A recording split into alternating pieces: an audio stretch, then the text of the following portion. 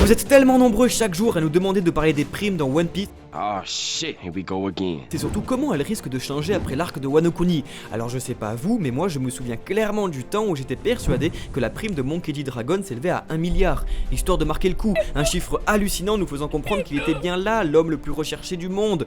Et il n'y a pas si longtemps, c'est-à-dire 3 ans et demi, sur 22 c'est pas beaucoup, la prime la plus élevée connue à ce jour dans One Piece était encore celle de Ace, s'élevant à 550 millions. Et c'était énorme à l'époque, car les 81 millions de Crocodile étaient déjà bien loin, même si les primes gelées des Shichibukai permettaient de rendre leur puissance inconnue et encore plus effrayante, car clairement Doflamingo ne pesait pas 340 millions, comme Crocodile n'en valait pas 81. Jusque là, tout se tenait parfaitement, et Eiichiro Oda faisant progresser les primes dans One Piece de façon régulière et logique.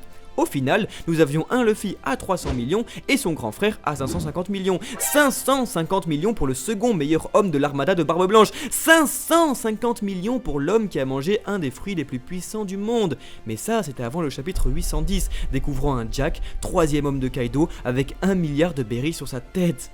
What the fuck? Mais ça ne s'arrête pas là, les chapitres passent, Jack se fait humilier dans toutes ses actions et moi je comprends pas. 1 milliard pour un random qui se fait marabouter par tout et n'importe qui. Mais ce n'était que le début.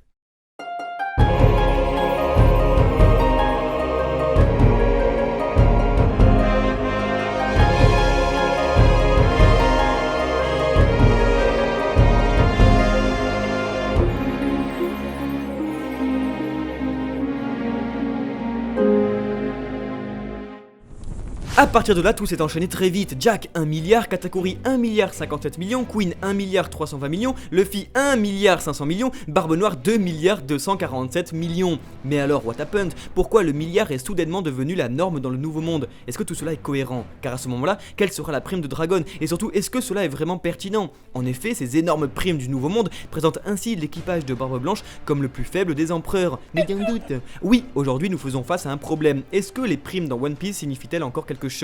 Nous allons essayer d'y répondre dans cette vidéo tout en vous allez voir devinant celles qui restent à venir, qui seront en effet, vous avez deviné, les plus grosses de tout le manga. Alors attendez, je sais très bien que cette vidéo va vite créer un débat et que les gens vont hurler les primes ne reflètent pas que la puissance, déjà en partie si, clairement. Du moins les primes dans One Piece ont été inventées pour créer un ordre de puissance, créer une chaîne alimentaire de pirates. One Piece avant tout c'est un shonen, les gens se tapent dessus pour progresser et leurs primes augmentent avec leur victoire. Alors bien sûr, Oda a aussi créé un monde complexe, avec une géopolitique instable sans cesse ébranlée et dirigée par un ordre mondial. Quiconque défie donc cet ordre aura alors une prime plus élevée. L'exemple le plus connu est bien sûr celui de Robin, seul rescapé du Buster Call d'Ohara et qui n'était pas puissante à l'époque. Donc les primes reflètent bien la dangerosité du personnage définie par sa puissance et menace envers le gouvernement.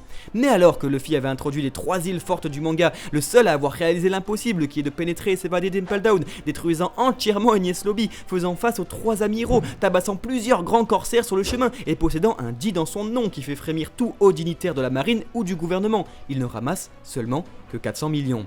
Ace, lui, était encore au-dessus, fils du seigneur des pirates, adopté par l'homme le plus fort de la planète, considéré comme une des personnes les plus dangereuses du monde entier, possédant aussi la terrible initiale dans son nom et regroupant la plus grande armada des 4 mers au même endroit pour le sauver. Aki des rois, Mera Meranomi, étant le fils de Goldie Roger, son arrestation devait être une priorité mondiale. Pourtant, le meilleur des grands frères ne récolte que 550 millions.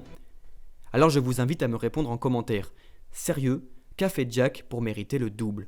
Et là encore, je m'en souviens clairement, lors de la révélation de la prime de la calamité, les fans étaient divisés en deux, ceux qui y croyaient et ceux qui n'y croyaient pas. Théorie sur théorie, Jack ne peut pas posséder le milliard, c'est du bluff, car la prime est présentée par un de ses hommes, mais non. Jack était bien le tout premier personnage de One Piece à dévoiler la prime à 7 chiffres. Alors si encore le mangaka nous avait présenté un des hommes les plus dangereux du monde, mais ce dernier se fait ridiculiser à chaque apparition. Il est fort, oui, mais à chaque fois il se fait marabouter, et cela a obligé Eiichiro Oda à donner des primes incroyables à des personnages qui à première vue ne le méritent pas du tout. Comme avec Smoothie.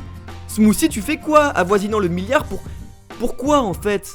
Elle a fait quoi? Elle aussi elle a détruit Enies Lobby, elle a tué un amiral, elle a fait quoi? Alors peut-être qu'il y a une raison derrière tout ça, mais est-ce que nous la saurons un jour? Et pour le moment ça me fait super mal au cœur de voir qu'avec 550 millions, Ace tenait tête à Aokiji, et avec plus de 800 millions, Cracker se fait one-shot par Luffy en train de manger des biscuits. Preuve que la prime définit avant tout la puissance, faut arrêter 2 minutes. Cracker allait pas dévoiler l'histoire du siècle oublié, il était juste censé être super balèze, comme le démontre le chapitre 938 où pour la première fois du manga le Gear 4 est mis à mal. Mais faut croire que c'est rien face au ventre de Luffy. Alors oui, forcément, je me suis dit que c'était peut-être juste du seum de ma part, et c'est fort possible, comprenant que nous arrivions à la fin du manga et qu'ils étaient là, les personnages les plus puissants de cette histoire, et que nous aurions peut-être plus jamais de personnages plus forts. Seulement, il y a quelques mois dans le Shonen Jump, voici ce que nous apprenions. Les empereurs ont tous une prime au-dessus de 2 milliards, et Shanks aurait la plus élevée de toutes. Certes, énorme hype, mais aussi overdose, car alors que ça n'aurait pas été choquant d'avoir un Ace à 550 millions, un Marco à 740 millions et un Barbe Blanche à 1 milliard pile, c'est pas moi qui le dis, en plus c'est vous, et je peux être que d'accord là-dessus, nous avons maintenant plusieurs personnages comptant les milliards sur leur tête. Est-ce que Oda ne se serait pas un peu gouré quelque part? Car est-ce que la surprise n'a pas déjà été avortée? Savoir que Big Mom et Kaido font 3 ou 4 milliards et Shanks 5 milliards et Dragon quoi 10 milliards, voire la prime de Zoro à 320 millions, à côté ça fait tout drôle, alors que le mec tranche qui il veut, où il veut, quand il veut. Une idée toutefois serait intéressante, des primes différentes pour Dragon ou Roger seraient vraiment les bienvenues. A l'instar de Sanji et son Only Alive, on pourrait très bien avoir ici un Only Dead, prouvant que le personnage est bien à part, car sinon l'overdose de chiffres ne marchera sans doute pas. Franchement, moi ça me ferait aucun effet de savoir que Dragon pèse 10 milliards ou je sais pas combien. Depuis plus de 15 ans, il nous est présenté comme l'ennemi public numéro 1, il doit donc être celui qui va casser littéralement les primes dans One Piece. Alors imaginez si Dragon n'a tout simplement pas de prime, on aurait ici droit à une véritable surprise, le mec tellement recherché que si vous arrivez à le capturer, vous pouvez demander ce que vous voulez au gouvernement mondial ou un truc du genre, ça ce serait intéressant. Après Wano Kuni, les primes dans One Piece ne signifieront plus la même chose, la surprise du chiffre ne pourra plus marcher, ou du moins ne marchera plus comme avant, surtout après le chapitre 903, Oda l'ayant totalement compris en nous donnant 1,5 milliard pour Luffy, un bond gigantesque. Savoir qu'après le pays de l'harmonie, il pourrait avoir 2 ou 3 milliards sur sa tête serait certes énorme, mais on aurait du mal, nous lecteurs, à vraiment se représenter la chose. On pense donc au Mont Corvo qu'après l'arc de Wano, les primes devront être d'ordre symbolique, en tout cas pour Luffy qui sera devenu un véritable empereur après avoir vaincu Kaido, libéré Wano et avoir obtenu presque tous les rods poneglyphes. Pour Luffy, peu importe le chiffre, sa prime sera dans les étoiles. Les véritables changements se feront pour les autres Mugiwara, où le chiffre signifie encore quelque chose. Alors que voir un Luffy à 2 ou 3 milliards n'aurait ironiquement pas un grand impact, voir une Nami à 300 millions de berry, car étant une grande sorcière pouvant contrôler la météo et l'âme de Big Mom, et surtout la navigatrice du prochain roi des pirates, ou encore un Usopp à 500 millions car contrôlant une armée entière et maîtrisant un acquis de l'observation surpuissant serait beaucoup plus intéressant. Voir donc une Nami atteindre la prime actuelle de Zoro aurait un fort impact chez les lecteurs.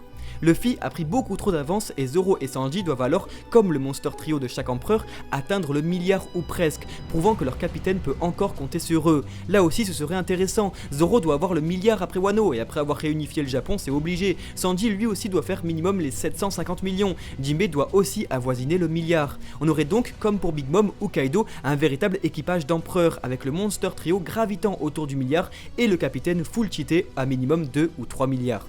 Pareil pour Franky, Brook, Robin et Chopper, surtout pour ce dernier qui depuis le début possède un running gag à la place de sa prime. L'augmentation de leur avis de recherche est donc ici beaucoup plus intéressante que celle de Luffy, en espérant que chacun ait minimum 200 millions sur sa tête. Là où la surprise était totale pour Usopp, les 200 millions deviendraient la base pour les Mugi, car les 94 millions de Franky font vraiment mal au cœur là. On peut alors facilement se projeter presque 500 millions pour Robin, qui aurait bientôt l'occasion de déchiffrer tous les rods poneglyphes et donc se rendre à Raftel. Et ça, ce serait pretty swag. Pour résumer, après Wano, les Mugi auront obligatoirement 200 millions sur leur tête, et ce serait bien que Chopper, qui en a gros de ses colifichés, soit aussi reconnu en tant que tel. Le Monster Trio, lui, serait autour du milliard et Luffy déjà sur la lune avec Ener.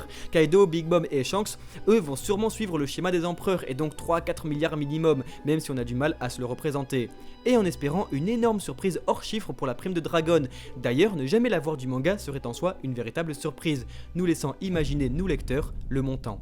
Ce qui est assez marrant avec cette vidéo, c'est qu'elle sort pile, mais alors pile un an jour pour jour après notre vidéo traitant des primes dans One Piece. Oh shit. No fake, on n'a même pas fait exprès et nos estimations n'ont pas vraiment changé. Perso, je vous invite à la regarder, le lien est dans la description. Donc oui, il est intéressant de se projeter et d'essayer de deviner les prochaines primes, mais vous êtes aussi très nombreux à nous demander de parler de ce sujet qui fâche et c'est après un magnifique commentaire sur Facebook qu'on a décidé de le faire. Nous voulions alors pas juste faire une vidéo pour spéculer sur les prochaines primes, mais surtout pour apporter notre avis sur cette dernière, car depuis tout petit on a toujours ressenti les primes dans One Piece comme un outil, un indicateur indicateur de hype et malheureusement, comme beaucoup d'entre vous, j'ai l'impression que cet outil s'était un peu détérioré à partir de l'arrivée de Jack. Alors maintenant c'est à vous, dites-nous ce que vous en pensez en commentaire, on veut tout savoir. Merci à tous d'avoir regardé cette vidéo, on se retrouve donc dans pile 365 jours pour reparler des primes dans One Piece. C'était le Bon Corvo, ciao ciao.